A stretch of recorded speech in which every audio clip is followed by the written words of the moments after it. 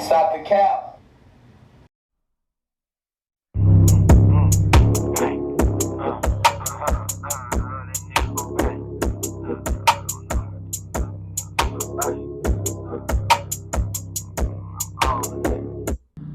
What's good, y'all? It's your boy, Machiavelli in the game.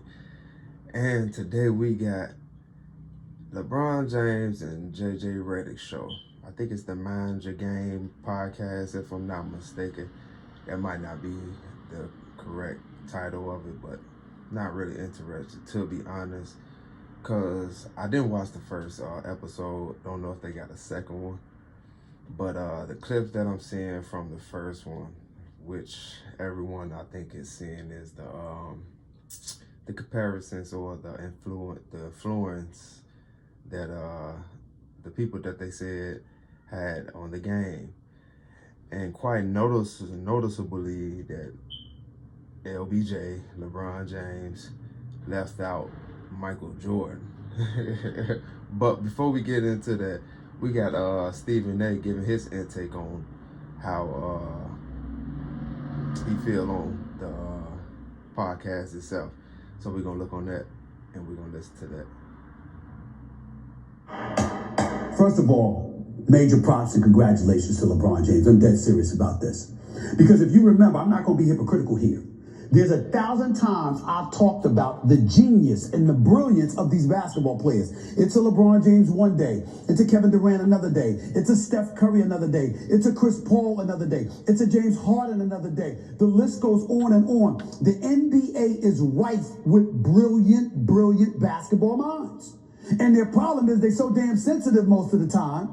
And they're so dismissive and aloof because they're not talking to somebody they consider on their level. They don't want to talk about it, as opposed to taking an opportunity to actually teach the game. Now LeBron has put his words, his bravado, his stature, his money, figuratively speaking, where his mouth is. He is showing you right there elements of the game that the average basketball fan can't possibly think about or see, because we're fixated on a finished product as opposed to the nuances surrounding the game, what goes into it, and what ultimately leads to success. But having said all of that, let me be the first to say, LeBron James is a little bit slick here too. Brilliantly slick, I might add. Because he could have had that conversation on uninterrupted. He could have been talking to Maverick Carter. He could have been talking to Rich Paul. He could have been talking to his crew of boys. But he chose to do this with JJ Redick. Who is JJ Redick? One of the great shooters in the history of the game, who had a 15-year plus career in the NBA, who is now a color commentator, a part of the A-team with Mike Breen and Doris Burke on ABC and ESPN games, who's also a contributor to my daytime job, First Take, along with other shows, not to mention the fact he's got his own podcast, The Old Man and the Three, which is very popular.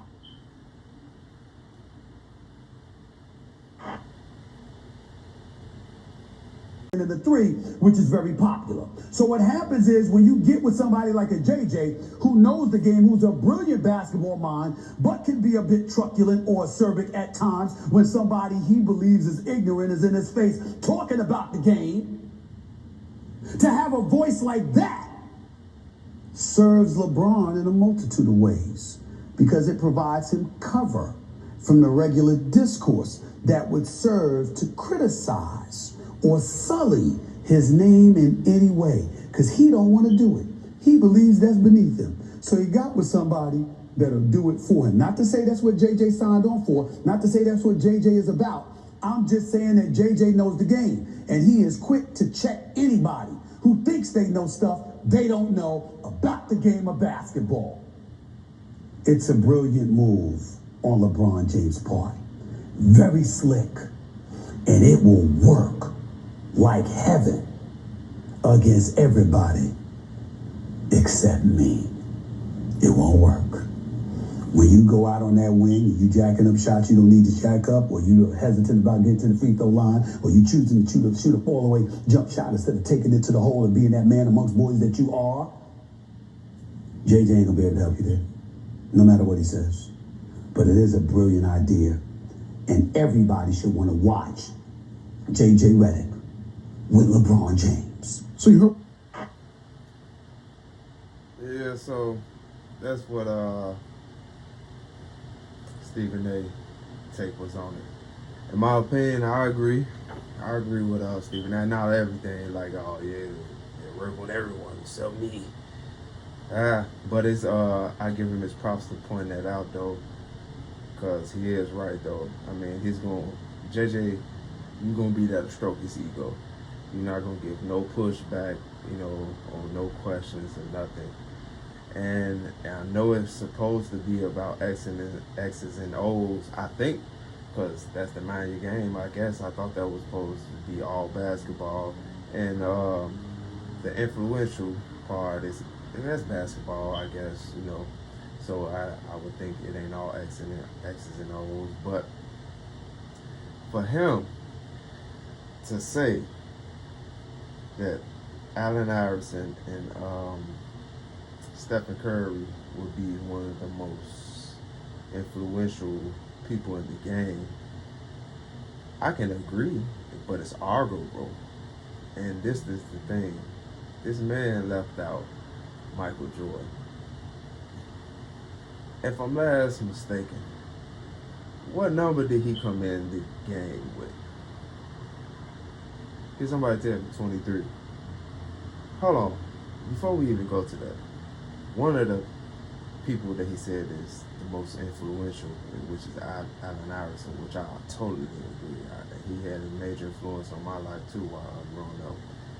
But it was more so culturally wise. Not saying that his game on the floor wasn't it. He was that thing. But culturally wise, he had a great impact on us because he showed us the image of the people that's on ground zero, basically. The image of us that's not portrayed, wasn't portrayed at that time and moment. The tattoos, the cornrows, braids as we call them. But, here go my boy Allen Iverson. You know what I'm saying? Speaking on Mike. Still looking for a friend with benefits? Then it's low. Got my boy Allen Iverson on Mike.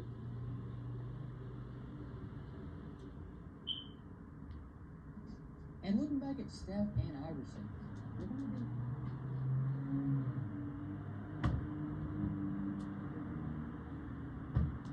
There wouldn't be no Hall of Fame Allen Iverson standing at this podium if it wasn't for this guy.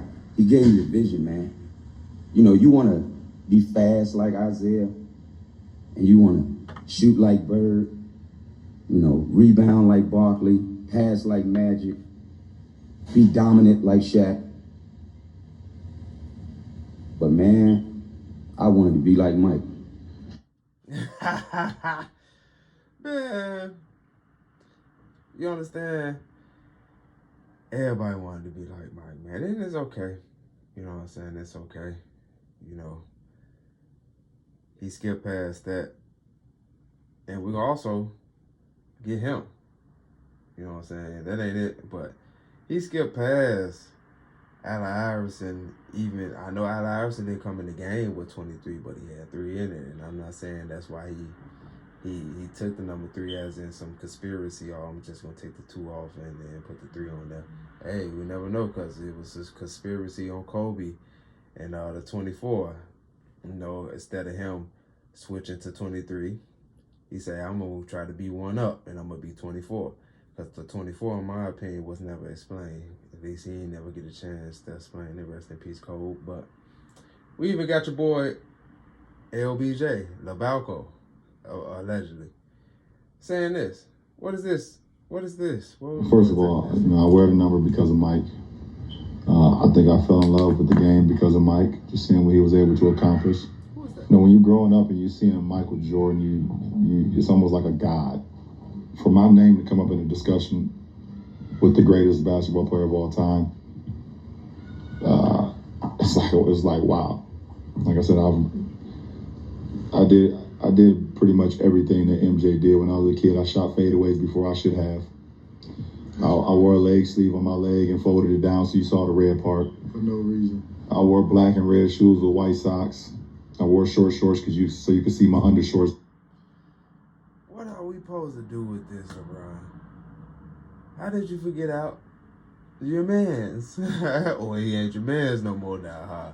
How did you forget out the GOAT, Michael Jordan, who was a big influence to you? Out your mouth, according to you. See, this is the thing I don't like. They starting off with a lie fest. Or omitting. They're omitting things that, you know, but I'm going to question / we're going to question, like, okay, you came in the game with 23. Why did you come in the game with number 3 or 30? Stop the cap. You know what I'm saying? Like Stephen Curry, which you couldn't, because if I'm not mistaken, you came in the game before him or whatnot. But how did he escalate? How did he ascend over Mike and the influence of the game? Stephen Curry is an influencer of the 3-point game. He revolutionized the 3, in my opinion.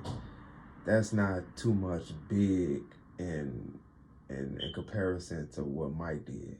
And Mike still doing, actually, 20 years later, 30 years later, more so on the shoe side. But yeah, he did that on a 3-point shot side. He make all the little kids want to shoot threes and do all these step backs, which is kind of hindering a lot of people game nowadays too, because everybody think they want to shoot threes. Everybody Stephen Curry now. But you know, Allen Iverson, he was more so influential off the court, but on the court too, because of his stature, being 6 foot and going in there with the big dogs, being a scoring title leader.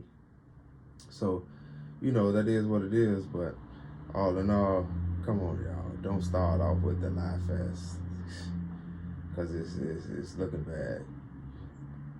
Speak the truth, man. We know you think you the GOAT, but we the ones who gonna decide that. And all you, what they call them, LeBron fans. I forgot what they call y'all. They got a lot of names for y'all, but it's one that I like. The LeBron sexuals. Yeah, that's it. LeBron sexuals. I don't understand y'all, but that's it. Y'all get back with me. Your boy Machiavelli. Yeah, y'all make sure y'all hit that subscribe button, hit that like, all that's right there free. Y'all rock with your boy. It's me, Machiavelli.